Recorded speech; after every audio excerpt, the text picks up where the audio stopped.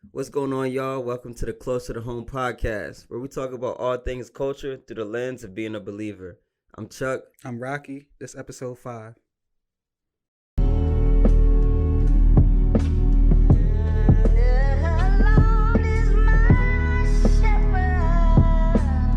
Now we back in church. That's where we need to be. Yes, sir. I have all I need. Shit, talking right. Real right. 12 tribes posted at the gates. Watches on the wall, got that Jasper on the face. Revelation takeaways. This is just the welcome, but you gotta keep the faith to stay. Feeling like Kobe on the breakaway. Like I've been writing rhymes on a paper plane. Waiting on the Lord till he make a way. Why these hooks got him reaching for the skies like Kareem? I'm too different. Different for this world like Kadeem. Too much scripture for this world to try to shackle up my soul. With my back against the wall, I get back up with my bros. See the jackal in the field, I can't tackle this alone. First Adam in the grave, second Adam on the throne. Yo, what's going on, man? It's your boy. You know the face, you know the name. Yeah, let's jump into it, bro. Yo, we back. We had what? We missed a week. Yeah, definitely. We had technical difficulties, The enemy was trying to take us out. I feel like it's because this topic we about to talk about. He ain't want us to really get into That it. make for a whole real. lot of sense, yo. But it's cool. We back. This topic, I want to put a disclaimer out that because what we're going to talk about is just submitting to God's timing. And I don't want people to think that we coming from a place of like, we overcame this and we just want to help them. Like, nah, like this is something that we deal with. Yeah. We still struggle with submitting to God's timing because it's such a abstract thing. Like there's so many things that you got to submit to him for. Yeah. You know what I'm saying? You could be dealing with illness, you could be sick, someone you love could be sick, and you asking God to come through, but you want his time. Yeah. It could be relationship, and you are looking for somebody, or your relationship struggling, you want God to come through. Like there's just so many things, but like at the end of the day, you got to submit to his timing. Yeah. When I was struggling, the thing that like I ain't gonna say annoyed me, but I always heard like God's timing is perfect, and I'm like, nah, I know, but it just like, to be real, like it didn't relieve no stress for me. Like it was like, I know God's timing is perfect, but I'm still stressing. Like I still need this to happen now. So like I want to talk about this because that's speaking for me. But if there's other people out there that's like, yeah, like I know God's timing is perfect, but like it don't move me. It's almost like hearing like Jesus loves you. You know, it's like, yeah, but like explain that. Yeah. I want to just go into like, why is his timing perfect? Yeah. How is his timing perfect? Why do we need to have peace with knowing that? Yeah. So this is that episode that like I feel like we got to talk about it. There's a story when I was in high school. This was my senior year. And they made us do track in the off season to stay in shape. It didn't make sense to me for real. And I was just being lazy. So I was like, oh, I'm going to just be a jumper. So that way I don't got to really run. Mm-hmm. And they made me still run sometimes because they still knew I was fast. Yeah. And when they would make me run, I would either have to run the 100 or the 200, which is just the straightaway or the curve in the straightaway. Mm-hmm. And there's just one track meet. They were like, yo, we need you to run the 400, which is just one full lap around the track. And I was like, nah, that's too long. I don't got that stamina. Like, I'm a sprinter. And they were like, we need you. Like, so-and-so's hurt. Just be an athlete. Go get us some points. I hate when they say be an athlete. Be an athlete, right? Be It's an like athlete just means challenge. like you can be above average in anything. Just Yeah, be an word. athlete. I'm like, all right, whatever. I had no idea how to run this race. Like, I didn't even use blocks. I lined up in like a wide receiver stance. I'm dead serious, like in a wide receiver stance. And when the gun went off, Inside leg up. inside, like, literally like wide receiver stance, everything, looking at the ball, like wide receiver. And when the gun went off, I took off in a sprint, bro. Like flying. I passed everybody in the first like 3 seconds of the race. Gone. By the time I finished the curve, I was going so slow, like you could have passed me walking. Dang. All energy gone. Gas. Yeah, like done. And I'm just like going mad slow, trying to get my energy. And I'm just watching people flying past me. After like 3 or 4 people passed me, I'm like, all right, nah, like I'm bugging. So I try to like speed up a little bit, catch a couple people, and then I die again. I start slowing down. People start catching me. And I just kept doing that. And then when I got to the last straightaway, like my mom's standing there and she's screaming like, pump your arms. Like she was saying, like when you pump your arms, it makes your legs go faster. Yeah. So I started doing that. I ended up finishing in like 3rd or 4th. Oh, And then I just died. I just laid out on the ground. The dude that finished first, he didn't break a sweat. I'm staring at him. He talking to his friends and everything. Didn't break a sweat. So like after they did CPR on me, I go over to him. I'm like, bro, how? Like, he was just like, I keep the same pace the whole time.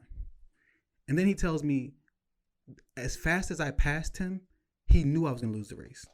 Dang. I'm like, dang, that's crazy. That's a word. But that's how we look. Because God's moving at a constant pace, and he's not speeding up or slowing down, and he's gonna finish first. But we're the ones that we'll start running, and then we'll see someone on social media or something get a house, get a marriage, get a car, go on vacation. Now we want to speed up. And he's like, yo, I'm not speeding up for y'all. Yeah, I ain't been in Dubai yet. Or it's the opposite. Well, God will be saying, oh, start this family, start this ministry, start this business, do these things, but we want to have a good time. We out here partying, drinking, smoking, doing all these things. God's like, yo, I'm not slowing down for you. You know what I'm saying? Thy kingdom come, thy will be done is a pace. Say more about that. Like, my will be done when I say it's going to be done. I'm not slowing down or speeding up for anybody. Jeez. If you get on my pace, you may see some people pass you. You may see some people fall behind. But if you stay on my pace, you'll come in first. So you'll be exactly where I called you to be. Literally. Where I need you to be. Jesus. That's how I'm coming. Have mercy. That's the intro. Real, cut it out. Literally, bro. Oh man. But yeah, submitting to God's timing. It's a great topic. It's a great thing to talk about. Man, I wanna I really think I should probably go to a story of my own before I jump into right where the Bible speaks most to me about this topic. This is a story of you like submitting to his timing or like struggling. Yeah, with so a story of first me understanding, like, you know what, like, God, you got it. Like, I'm gonna just give you everything. Like, I'm at this point in my life walking so close with God. I felt like Holy Spirit is convicting me left and right, and it's just like, go here, go there, Right. don't do this, don't do that. Peace in my heart. My heart's unsettled. I can't sleep at night when I'm not doing the right thing. Like, you was Enoch. Yeah. You was walking with him. son. So again, and this is at a point so I was in college and going out of my senior year. So Hampton's program, our 5-year MBA program, produces top-notch 100% job placement. Like, they make it do what it do. Word. And I mean, just along with being around so many other like extremely just great like black people, like future doctors, Facts. lawyers, dentists, teachers, whatever you could think about, they're all there. Consultants, whatever. And I had, I mean, at least like 5 friends I could count on my hand that was making 6 figures out of school. And I'm like, I'm cool, you know. Like, I'm good. Like, God got me. Don't worry about it. Yeah. And I was majoring in psych, so I'm like, no, like, Yeah. I'm making do what it do. But like, everybody's always like, you know, you need a master's degree if you even want to make any money. Like, you're basically a glorified teacher. Like, and you know that salary's garbage. Like, it just was so many things where I'm like, God, like, just quiet the outside noise of my life and let me hear you inside this whisper.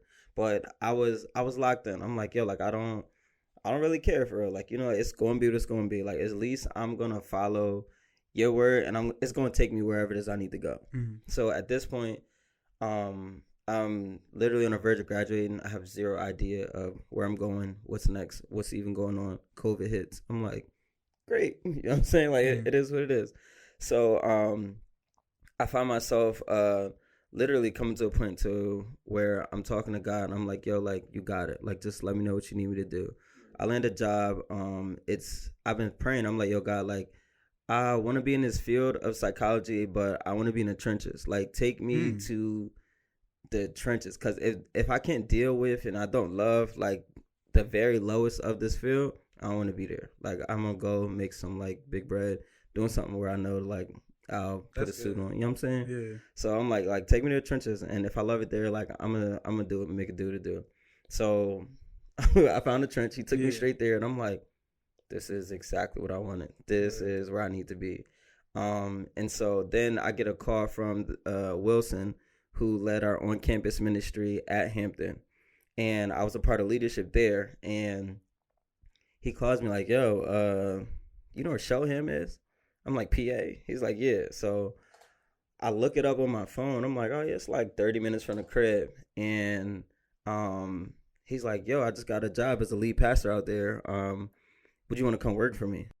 I'm like, "Doing what?" I'm like, "I know I led the on-campus ministry stuff, but like, you know, what exactly could I be doing?" He's like, "Yo, literally every single thing you've been doing with the on-campus ministry, you would be doing with students, 6th grade to like 12th grade."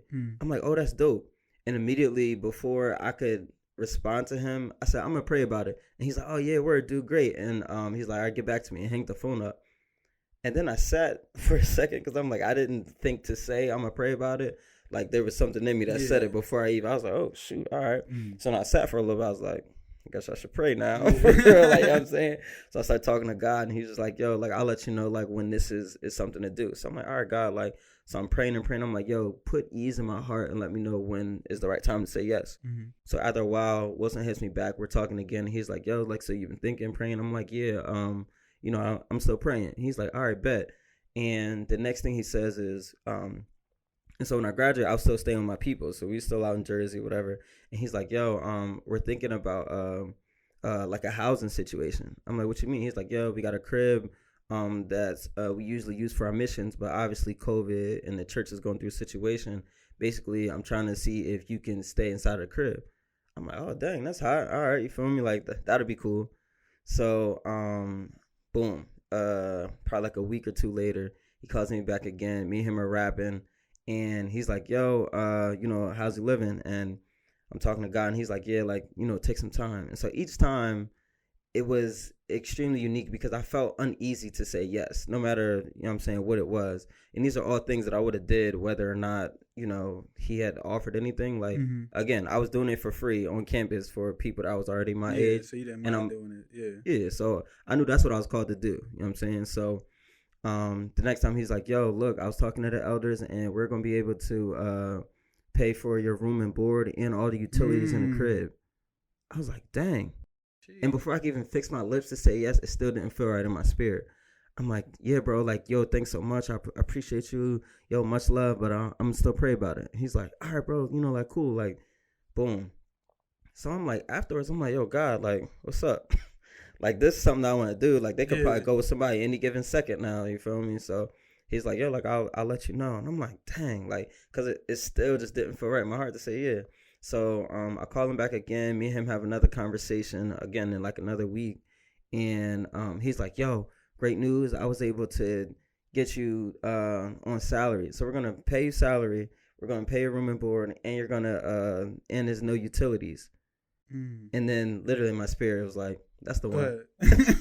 And I was like, sheesh. And I was like, yeah, like, yes, okay. What do you think would have happened if you said yes prior to God telling you go? I would have got exactly what I wanted. Yo, but like literally, I would have got exactly what I wanted. And that's the thing. It's like God can do exceedingly and abundantly above all that we can ask or think. And even in that place of me sitting in my dorm room, not dorm room, I was staying in apartments, but sitting in my apartment on some like, "Yo, like, God, I want to, you know, I want to see something crazy. I want to make this amount of bread." I couldn't in my wildest dreams have thought, "Yo, get me a job working in ministry, serving kids, doing the things that I love to do, paying for me to stay inside of a house, taking care." Like, you know what I'm saying? Like, it's just, it's not something I could have even made up. You feel me?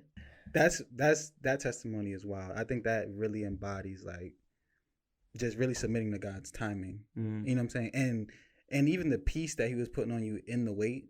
Yeah. That's amazing in itself. The story I wanted to bring up in the Bible is when Jesus brings this man's daughter back from the dead. Okay. His name was like Jairus, something like that. I'm just calling him Jairus. I don't know. Jairus. But yeah, Jairus comes up to Jesus, literally falls to his feet. He's like, "My daughter is dying. Like, I need you to come and heal her. Like, let's go right now." Yeah. Like, I want you to put yourself in the father's shoes. Okay. Like the sense of urgency of my daughter is yeah, dying. like my little girl. Yeah, like my daughter's dying. Like, let's go. Jesus is like, all right, let's go. Jesus starts taking his sweet time, walking. He's healing people on the way. Mm. Someone touches his robe. He like, yo, like, find out who touched my robe. Like, taking his sweet time. Like, it's like, bro, like, as the father, I'm like, bro, like, I get it. Like, you're a healer. You're a great guy. But, like, we got to go. Yeah. You know? And like, we be that impatient even with, like, our parents. Like, if you imagine, like, being a young boy and being like, all right, we got to go to the store. And your mom friend call her. And then she on the phone. And then your little brother, you know what I'm saying? You like, we gotta we literally like, come on. Like, and we are still like that as adults. Mm. Like, God, like, I know you in the miracle business, but like, rent is due in a week. You know what I'm saying? I'm turning 30. I ain't getting no younger. Where's my husband? Where's my wife? Yeah. Like, he's like, yo, what are you, my daughter's dying. And I have to submit to your pace. Mm. Like, you're walking. I have to submit to that pace. Then they get to the house and they like, appreciate you for coming, teacher, but she dead. And Jesus is like, nah, she not. I ain't get here yet. Mm. Goes in there, raises her from the dead. What I want to point out is the difference in interactions when they wanted him for healing versus resurrection. You fell to my feet and you asked me to heal. Mm. So you had all the faith in the world that I had the ability to heal. Yeah. But when I got there and she was dead, you said I was no longer needed. So had I got there and moved at your pace, if I would have ran and we would have got there and we would have healed her, I would have done everything that you knew I was capable of. I would have healed. I needed her to die so that you knew I was capable of resurrection. Jeez. So the thing is, that's what people have to understand. Sometimes I have to understand that too, is that there's things that God will let die so that he can reveal to us the side of him that we don't know. Wow. I'm not going to give you what you want, because you'll only know me as the healer. I need you to know me as the guy who can resurrect. So I might let that business die. Yeah. I might let that relationship die. Wow. Because I need to reveal my glory in a way that you don't know I am. Goodness. Yeah. That's good. It's you know, it's and I think it's not even it's God the resurrector, but I think he resuscitated that girl because she dies again. You know what I'm saying? Every person that Jesus brings back to life in the Bible again, he resuscitates. He was resurrected because he didn't die a second time. No, you are preaching. But yeah, it's like it's the the age old thing is like this is gonna hurt you more than it's gonna hurt me. Yeah. And it's like we as a people, none of those things make sense because in our heads, hurt equals harm. Yeah. You know what I'm saying? But not all the time things that hurt us are harmful to us. Mm-hmm. Like surgery. Like surgery. You gotta lay on this table, I gotta cut you open. And it hurts. I'm literally using a knife to cut your body open to do you a justice, to be able to remove something or move some things around, or maybe add some things in, or even suture some things up. But ultimately it hurts you, but it's not harmful. And so when God takes something from us or he allows something to die, it is a hurting feeling that we're getting. We're just like, dang, like, how could you? Why me? Woe is me? All of these things. But at the end of the day, just like you're saying, God is like, yo, if I was to do exactly what it is that you wanted me to do, you would have gotten what you wanted. And sometimes I think we get into the rut of just doing things, and because I'm guilty of this myself. Like, I have sometimes a formula that I feel like God runs on inside of my life, and once I get used to it, he switched the flow up. Yeah. Because I'm like, yo, I'm gonna pray this amount of days, fast this amount of days, pray some, you know what I'm saying? And I'm just like, and then I have the perfect concoction of a blessing, you know what I'm saying? Literally. Yeah, and he's just like, cause I'm a genie, right? And I'm like, no, that's not what I meant. And it's just like, but no, that's what you have faith in. You have faith in that routine. When it's just like, but if you have faith in me, knowing that even if I snatch all of this away from you, Chuck, are you still gonna serve me? Are you still gonna love me? Even if you can't see your hands in front of you.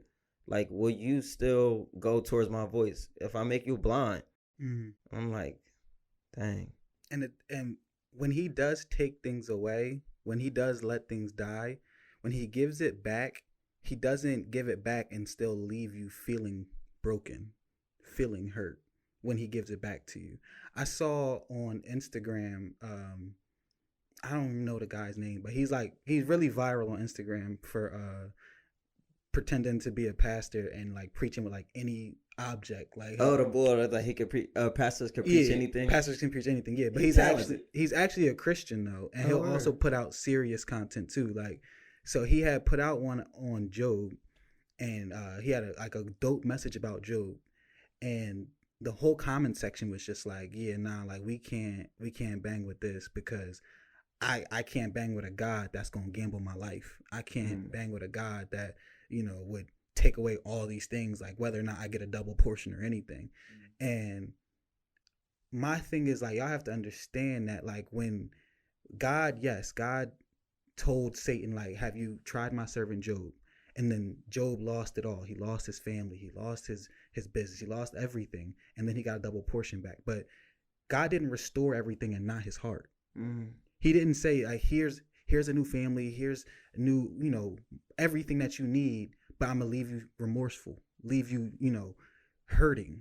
Like, even the heart gets restored. Jeez. You know, I remember this was like middle school. I was playing football, and I was like really, really good at football, but I just didn't know the fundamentals of football. Like, I could play backyard football and kill, but actually playing organized football, no one taught me how to play. So I just wasn't good at playing organized football. And the team I was playing for, they just threw me on varsity out of respect for my brothers, because like my brothers were just like legends through the program. But because I didn't know how to play, they started to see that, and then they just threw me on JV. Dang. And I was like embarrassed because like all my friends was on varsity and everything, and they all knew I was good. But it's like, you on JV now? Yeah, I'm like, dang. So they threw me on JV, and then the JV coach taught me how to play. Like, these are the positions, these are the formations. You remember his name? Everything. Coach Washington. Oh, word. That's tough. That's my boy. That's tough. Literally. But he taught me everything. And once he taught me how to play football, I became like, I dominated like 3-4 touchdowns a game, interceptions. Like, I just started killing it. And the whole time I'm like, yo, when is he gonna bump me back up to varsity so I can be with my friends, so I'm not this laughing stock? And I went the whole season waiting to get up on varsity, and then I ended up getting mad. And then he finally comes to like a game towards the end of the season. The varsity coach comes to the game. He sees me dominate, and then after the game, he says, yo, I'm bumping you up to varsity to go into the playoffs. And I was so mad. Like, I finally got what I wanted, but I still had a resentful heart. I say, I don't want it. Dang. Like, keep me on JV. I'd rather stay on junior varsity with my new team, with my new coach. I'm staying here. Jeez. And I stayed on the junior varsity, and we won the championship. But I still had that resentful heart. But I remember this was like a year and a half ago. I was working a job, and I wasn't making that much money at this job. And I literally was struggling. I could barely do the things I wanted to do, couldn't invest in the things I wanted to invest in, couldn't do stuff with my friends I wanted to do, couldn't do things with my girl. And I'm like, God, you put me in this job. You told me to work here. I'm not leaving until you tell me to. But like, this is hard. But I'm not going to move until you say move. And just struggling. And then as time passed, a year later, not only does a promotion come, but a new business venture comes. So he gives me a double portion, like, for staying faithful. And when it came, I didn't think about like, but I missed out on all these opportunities to be with my friends, and I couldn't do this for my girl. I couldn't go on these vacations. I couldn't invest in these. All I could think about was just the glory of him bringing me what he just gave me. And I couldn't do nothing but praise him for what he put in front of me, because he gave me everything, but he also restored my heart. He didn't give me all of it and leave me with that resentful heart.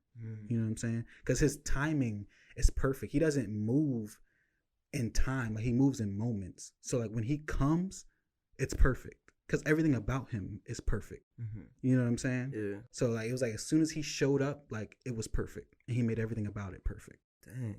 Yeah. And so you were saying, like, basically tie that in with Job. You're saying Job and his did not have a resentful heart when he had his double blessing, and you were saying you didn't have a resentful heart when you got your double blessing as well. Yeah. So like, in the story when I was in middle school, I had a resentful heart when I finally got what I asked for. But this is me not having a relationship with God, not working on God's timing. Like, that's what that looks like. Yeah. But in the story where I'm this is last year where I'm actually like waiting on God, and I'm waiting for God to come through, and I'm moving on his time. When God did come, he came and he gave me my double portion, same way he gave Job's double portion. But there's no resent in our hearts. There's no remorse. There's no pain in our hearts. Like, he gave us all of it, but he also restored our heart and the pain and everything that we had through the time of waiting, through the time of suffering. So in both instances, there's no sitting back like, oh, but I lost all of this and all about to not even appreciate him. Like, no, like at the end of the day, like, God wants his glory. So he's going to put you in a position to get his glory. Wow. Yeah.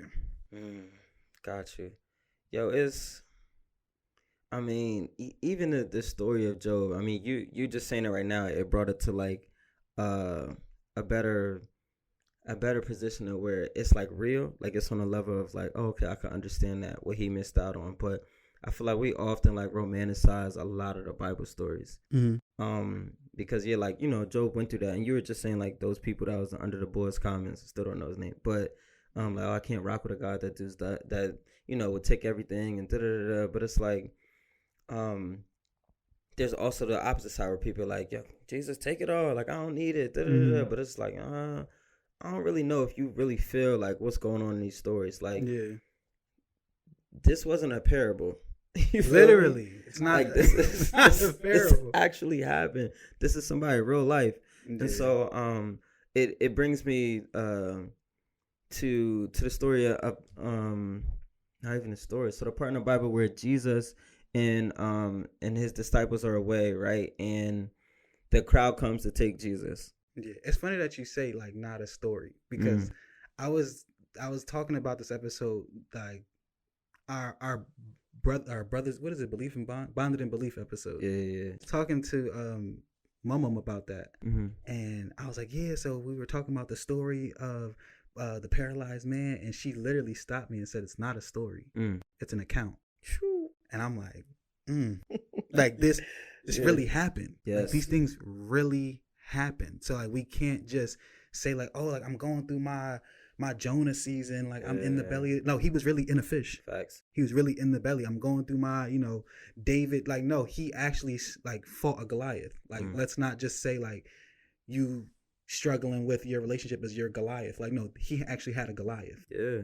So like, nah, it's facts. We can't just romanticize these things as if they're just like, you know, fairy tales. Like, they're really accounts of things that really happened. Word. So now I'm glad you stopped and said like not stories, because they're really not. Yeah, something like that. And that's the thing. It's like, because we hear them so much, you know what I'm saying, it becomes that like voice of like, oh yeah, I know, like teamwork makes the dream work. Like, it's like one of those. And it's like, no. Like, stay here for a second. Exactly. I need you to understand, like, this is real. This is real. Instead of trying to compare it to what you're going through now, like, put yourself in their shoes, because that really happened. Yeah. Like, let's not say like, oh, like what I'm going through must be like that. Like, no, like if you were doing that, like, imagine how that felt. Yeah.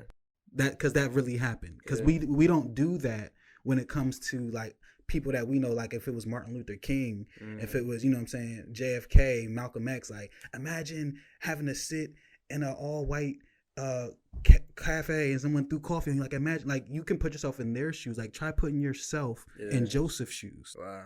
You know? That's good, Joe. That's good. Literally. Yeah, because it's like, you know, like, even being a young boy, like being in school and reading like those textbooks and things like that, when you're going through and you're like, oh, that's what the sit-ins were? Like that's what this is about. But it's just like, oh yeah, you know, like, you don't never find yourself like, yeah, I would have been kicking a butt, like, like, as a young boy, like, it frustrated you, it made you upset, it made you feel heavy. It was lifted. It was like, dang, these are my people. Yeah. But when we read the Bible story, it's like, you know, yeah, like, this is so cool. Yeah, like, nah. And this is kind of like good. And it is cool. It definitely is cool. It's a cool thing. Oh yeah, some of them is fire. Yeah, it's lit. And I don't want you to forget the what you're about to talk about, but it just made me think about the fact that, like, as an entrepreneur, so many people will say, like, when you want to be successful in something, like, learn from someone that's already done it. If you want to get into real estate, read about or listen to people who are already real estate investors or business owners, things like that. But like when you want to learn about this life thing, when you want to get freed from sin, the authors are literally people that been there, done that. You know what I'm saying? So like, why not look at the Bible and understand that the people that are writing this are people that went through what you're going through, told you about it, didn't hide nothing from it. It's inspired, you know, by God, the same spirit that's in you, and read it from that lens instead of like it's a Cinderella story. You know what I'm saying? Because if you can get motivated to get into real estate after watching or reading a real estate investor talk, you should be motivated and inspired to be freed from certain bondages when you read about certain people like Peter and Joseph and, you know what I'm saying, David. Like all these things, they should motivate you because this is people who've been there, done that, mastered it, and had enough trust with God that God was like, I'm gonna make y'all write my word. You know what I'm saying? Yeah. It's the best self-help book there ever was. Come on. It's the most consistent book in history. Truly, bro. Truly. I was and the thing that I wanted to say earlier when we were talking about you know, literally just the overarching what it means to not romanticize all of like this sort of like heroism that we see in the Bible, and kind of making all of these people kind of like these figures and not these actual people and these humans. This basically when they come to take Jesus, right? You know, and Jesus always foretells like, yo, it's not my time, but you know, in at the beginning of Matthew 25, he starts to talk about Matthew 26, he starts to talk about his time and when it's coming. And we all know Peter, you know what I'm saying, he's God, the savage, you know what I'm saying. So we all know he's the person who, when these people come to get Jesus, he like, I know what to do. And he sliced my boy's ear off, right? He like, ching, and it's a wrap. Boy's ear's on the ground, and he probably sitting there like, like puffed up, like army of two. We about to get right. Like I could imagine inside of his head, Peter is like, this is it. Like rip this shirt off, rip the sleeves off. Like, let's go. It's time to go ham. It's me and you against the world, Jesus. Like, and I know I got you on my side. We gonna go out guns a-blazing. And Jesus leans down, picks up the dude's ear, places it back on his head, and allows himself to be surrendered. And we know that you know, after that, Peter is in the courtyard, and there's a little girl who comes up to him, and she asks him basically like, yo, like, are you the follower of Jesus, whatever? And he's like, nah. And we know that he denies him Jesus 2 more times after that. And Jesus already told him like, yeah, you're gonna deny me 3 times before the rooster crows. Not crows. Yeah, crows, right? Yeah. All right. Yeah. And so I just can't help but think, if we're talking about like the personality of Peter and like his actual account of what it is that he went through, if you think and put yourself in his position, like, yo, okay, I know that it's my job, and it was self-appointed that he was like, I need to protect Jesus or whatever, but this my road dog. We done fed all these people together. You done rescued me, saved me. I turned my life around. It's me and you against the world. In the moment that he felt like we should have been fighting, Jesus just like, you know what I'm saying? He turned. Like he was just like, I surrender. And if you can imagine like what that probably like did to him, like he was probably heartbroken. He was probably like taken aback. He probably felt betrayed himself, even though he goes on to deny Jesus 3 times. But we don't know what was going on inside of him and what was going on inside of his heart. He probably was like, dang, yo, like, that's crazy about you. You know what I'm saying? Like, that's your body? King of Kings? You know what I'm saying? Like, King of Kings? Yeah, like he probably was sitting there scratching his head like, dang, like I can't believe it. And so when this little girl comes up to him, he probably is, you know, head down and, you know, chin to his chest, probably like, I don't think I know this dude. You know what I'm saying? Like, maybe I don't know him. Like, I'm not a follower of him no more. You know what I'm saying? But it's like, in our heads, it's like, oh, you know, Doubting Thomas, and, you know what I'm saying? But it's like, and I wouldn't have did that, and Judas sold Jesus out. But it's like, yo, like, these people were real. Know what it was like. You have no idea what that was like. It just is so real. But it's just like, yo, like, we often fantasize these stories, you know what I'm saying, romanticize these stories and put these people up on pedestals when like they were normal humans like all of them were, you know what I'm saying, the least and the lowest inside of their times. Tax collectors, you know what I'm saying, fishermen, people who are uneducated. Yeah. And it's like, yo, like these are who people, these are who Jesus chose. Like, yo, this my 5. And then I got another 5 coming off the bench. Like, he's like, hey, this is my squad. Like, this is who I'm rocking with. And that was his all-star team. But again, this is like, that's what he wants to do inside of us. But we also have to have those same real feelings. Yeah. Like, we're going to have those same real experiences. Like, so to get everything stripped away from you, like, that's something that we're promised suffering. You know what I'm saying? Like, that is what it is. And to be a Christian means that we have to suffer well. Facts. It's like, like he didn't come to take those things away. You know what I'm saying? He came to give us away after this life. Yeah.